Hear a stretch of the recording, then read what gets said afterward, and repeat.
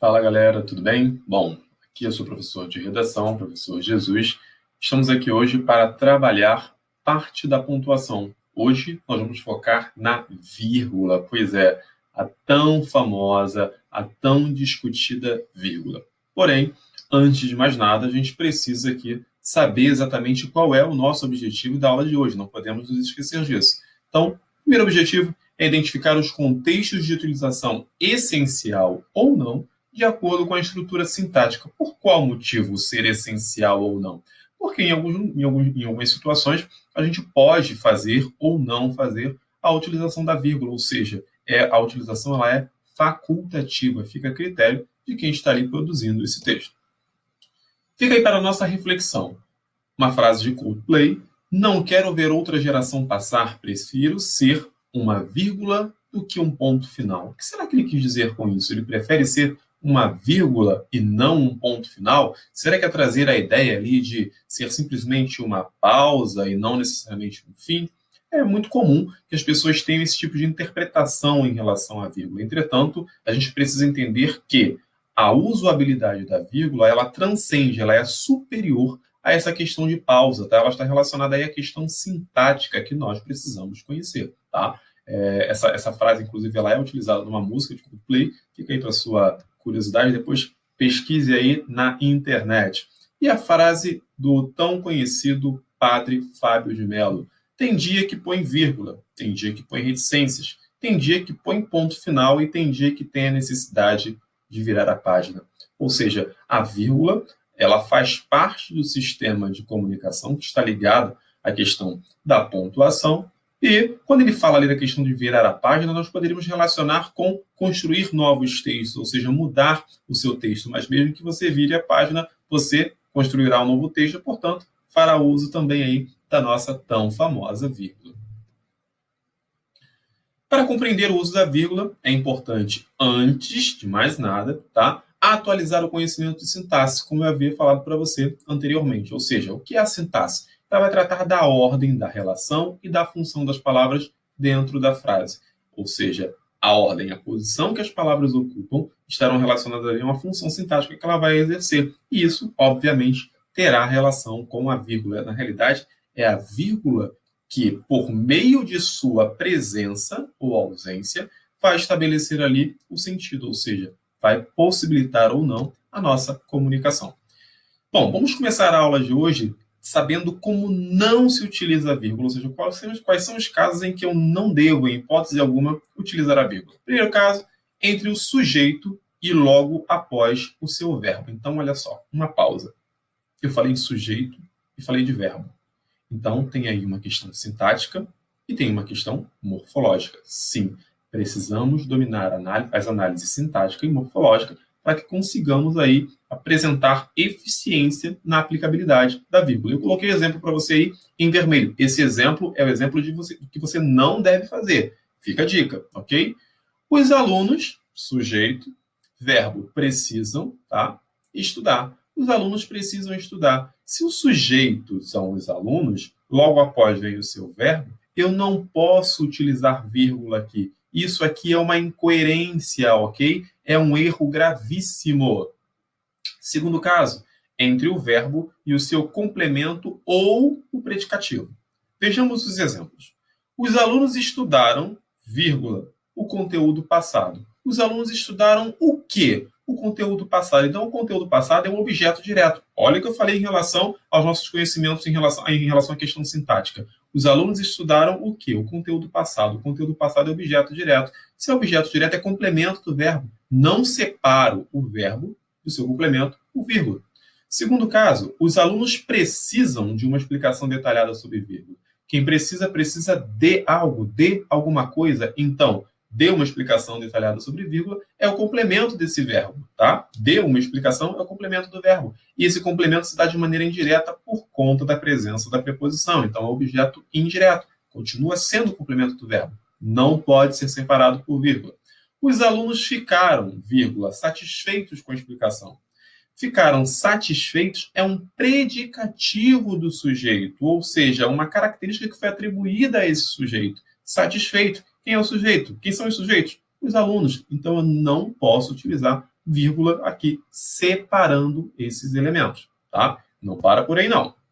Não devo também, ou melhor, não posso, em hipótese alguma, utilizar a vírgula entre um substantivo e o seu complemento nominal ou adjunto adnominal. Vejamos, tenho necessidade. Quem tem necessidade de algo ou de alguma coisa. Aí você vai lembrar, poxa, Jesus, mas você acabou de fazer uma pergunta parecida. Cuidado, lá eu falei sobre verbo. Ó.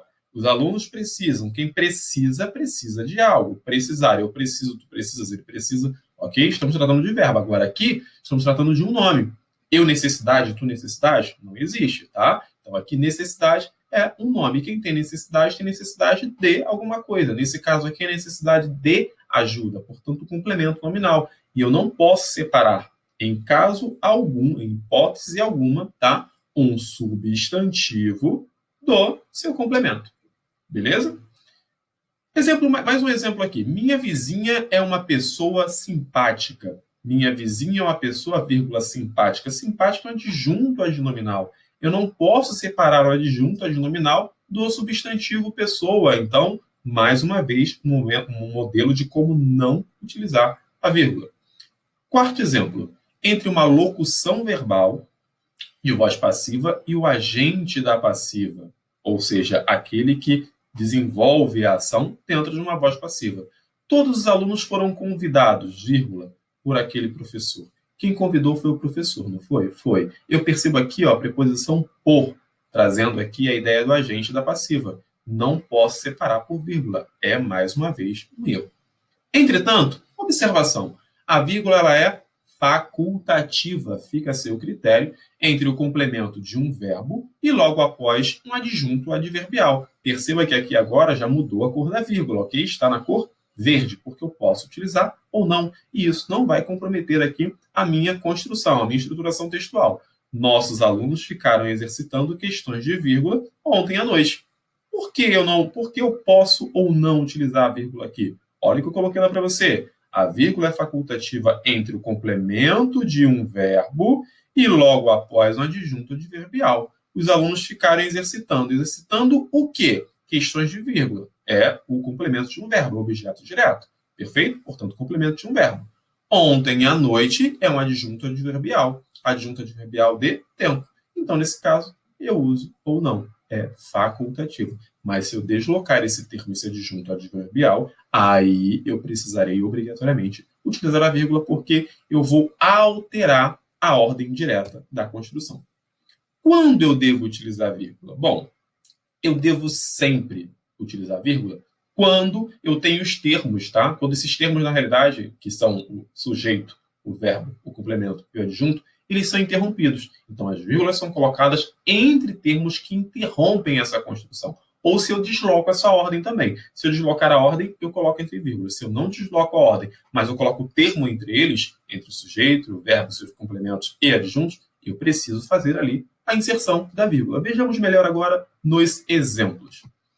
O professor de redação, Jesus, também ministra aulas de português. O professor de redação, vírgula, Jesus, vírgula, aqui eu tenho uma espécie de aposto, ok? Então, o aposto tem aqui o professor de redação. Quem é o professor de redação? Sujeito, beleza? Aí depois eu tenho Jesus, também ministra. Logo após o sujeito, eu tive o verbo? Não. Então, eu tenho que colocar aqui a inserção. Eu tenho que colocar a inserção, foi ótimo. Eu preciso fazer a inserção aqui das vírgulas porque eu inseri um aposto explicativo. Exemplo 1. Se for exemplo 0, vamos para o exemplo 1. Eu estudei, Jesus, toda a aula da semana passada. Provavelmente me disse um aluno, pô, Jesus, eu estudei, Jesus, toda a aula da semana passada. Perceba que neste momento, Jesus funciona como um chamamento. Ele poderia dizer, Jesus, eu estudei todo o assunto da aula passada. Eu estudei, Jesus, toda a aula da semana passada. Então, neste caso aqui, você tem um vocativo. Então, se eu tenho um vocativo, vamos analisar o que vem antes. Eu estudei. Quem estudou? Eu, sujeito. Verbo. Após o verbo, já veio o complemento? Não. Houve ali a inserção de um vocativo. Então, eu vou inserir a vírgula.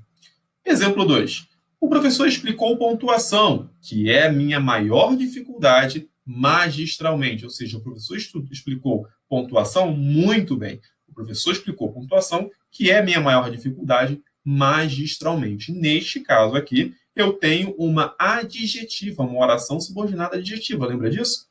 Essa adjetiva, ela é restritiva ou ela é explicativa? Bom, o professor explicou pontuação, que é a minha maior dificuldade. Eu estou explicando que pontuação é a minha maior dificuldade. Então, ela é explicativa e, por isso, ela vem entre vírgulas. Vamos analisar mais uma vez? O professor, sujeito, explicou, verbo, pontuação, complemento. Logo depois da pontuação, veio magistralmente? Não. Veio um elemento que foi interromper essa ordem direta de S, V, C, A. Então, eu preciso inserir aqui a vírgula. Tudo bem? Continuemos. Fui homenageado, vírgula, ontem à noite, por alguns alunos e amigos. Percebam que, nesse caso, nós temos aqui uma locução. Fui homenageado ontem à noite por alguns alunos e amigos. Ontem à noite interrompe o processo. Se eu tenho uma locução verbal, o que eu preciso depois é do seu complemento. Fui homenageado por alguns amigos. Fui homenageado por quem? Por alguns amigos. Fui interrompido nesse processo, houve uma interrupção. Então, eu obrigatoriamente faço a inserção das vírgulas. Agora, Jesus, se eu colocasse assim, fui homenageado por alguns alunos e amigos ontem à noite. Se ontem à noite fosse lá para o final, ontem à noite não é um adjunto adverbial de tempo? Então, o uso seria facultativo. Eu colocaria ou não, ficaria a meu critério. Vamos analisar agora, dentro de uma estrutura textual, como ficaria isso? Você deve conhecer, já deve ter ouvido falar no texto O Mistério da Herança. Um homem rico estava muito mal, agonizando. Dono de uma grande fortuna, não teve tempo de fazer o seu testamento. Lembrou nos momentos finais que precisava fazer isso. Pediu então papel e caneta. Só que com a ansiedade em que estava para deixar tudo resolvido, acabou complicando ainda mais a situação, pois deixou um testamento sem nenhuma pontuação. Ele escreveu assim: deixo meus bens à minha irmã, não ao meu sobrinho, jamais será paga a conta do padeiro, nada dou aos pobres. Veja de novo. Deixo meus bens à minha irmã, não a meu sobrinho, jamais será paga a conta do padeiro, nada dou aos pobres. Parece aquela construção textual que a gente faz muitas vezes no desespero na redação, que acaba esquecendo da pontuação. Tem aquele aluno que diz assim, não, mas é porque eu coloco a pontuação depois. Isso não existe, ok? Você precisa trabalhar com a pontuação em consonância com a construção textual. Ela faz parte do texto. Você não pode fazer isso depois. É igual escrever uma palavra e depois você trazer a acentuação. Tá? Isso não existe. Eu escrevo o texto inteiro e depois eu venho acentuando. Não existe isso. Tudo bem? Então, leamos mais uma vez. Deixo meus bens à minha irmã, não a meu sobrinho, jamais será paga a conta do padeiro, nada dou aos pobres. Ausência total de pontuação. Morreu antes de fazer a pontuação, infelizmente. A quem deixava ele a fortuna? Eram 4 concorrentes. O sobrinho, a irmã, o padeiro e os pobres. Os herdeiros assim pontuaram. Quem são os herdeiros? O sobrinho, a irmã, o padeiro e, obviamente, os pobres. O sobrinho, por sua vez, fez a seguinte pontuação. Deixo meus bens à minha irmã? Não, a meu sobrinho. Jamais será paga a conta do padeiro. Nada dou aos pobres. Ou seja, o sobrinho espertalhão puxou para si toda a herança. Retirou da herança a irmã, retirou da herança o padeiro e a conta do padeiro, não pagou o padeiro, e não deixou nada aos pobres. A irmã, por sua vez, chegou logo em seguida e pontuou da seguinte maneira. Deixo meus bens à minha irmã, não a meu sobrinho. Jamais será paga a conta do padeiro. Nada dou aos pobres. Percebeu que, nesse momento, ele não fez uso da vírgula, mas ele fez uso aqui do ponto final. Já o sobrinho acima, ele fez uso do ponto de interrogação e fez uso também do ponto de exclamação, além do ponto final. Terceiro, vem então o padeiro que puxou brasa, né? Puxou a brasa da sardinha, puxou a brasa para sua sardinha, ou seja, puxou ali o texto para atender às suas necessidades. Deixo meus bens à minha irmã? Não. A meu sobrinho? Jamais. Será paga a conta do padeiro. Nada dou aos pobres. Ou seja, nesse momento, a herança já não seria mais destinada à irmã, não seria destinada ao sobrinho, não seria destinada aos pobres, mas a conta que o moribundo ali, né, tinha com o padeiro. Por último, então, chegaram os pobres da cidade. Espertos fizeram esta interpretação. Deixo meus bens à irmã? Não. A meu sobrinho? Jamais. Percebam que eles pegaram uma carona ali, né, na própria pontuação do padeiro. Mas, olha o finalzinho. Será paga a conta do padeiro? Nada. Dos pobres. Olha que interessante. Então, por meio da pontuação, você muda completamente o sentido. A pontuação ela tem relação com o sentido? Sim, mas esse é apenas aquilo, é um elemento complementar. O sentido, ele advém, ele é um resultado das articulações sintáticas que nós realizamos. Por isso que nós sinalizamos lá atrás, que é extremamente importante que você, primeiramente, entenda da análise sintática, entenda da análise morfológica, melhor. Primeiro, análise morfológica, que se trata da estrutura das palavras, depois, análise sintática, e aí você estará preparado, então, para lidar com os sinais os elementos de pontuação. Dentre eles, a vírgula, tendo em vista que ela faz parte desse processo. Bom, agora, treine, amigão, intensamente o uso da vírgula. Treine quando você estiver mandando aquela mensagem para o seu amigo, treine quando você for fazer aquela postagem. Tem dúvida? Analise o texto, faça sua análise morfológica. Análise morfológica e análise sintática não servem apenas para você utilizar dentro da sala de aula ou agora dentro da sua casa quando você está estudando. Elas servem para serem utilizadas constantemente. Há texto, há análise morfológica e análise sintática, ok? Forte abraço, beijo no coração, fiquem na paz.